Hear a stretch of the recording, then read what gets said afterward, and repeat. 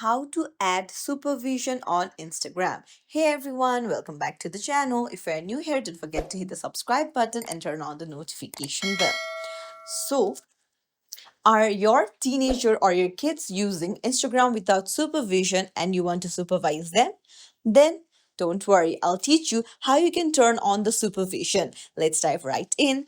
Open up your Instagram and then go to your profile on the bottom right and then tap on the three lines on the top right and then scroll to the bottom and there you'll find Family Center. Tap on it and then what you need to do is you'll need to tap on invite and there you'll get a link. So you and your teen should follow each other and you should send them the invite link and they must accept it.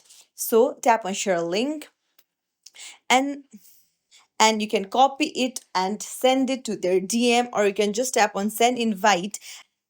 Then you can choose the app where you want to send the invite link. It's as simple as that, but make sure that the teenager accepts the invite link. If you found this tutorial helpful, don't forget to like and subscribe to our channel for more tips and tricks. Thank you for watching.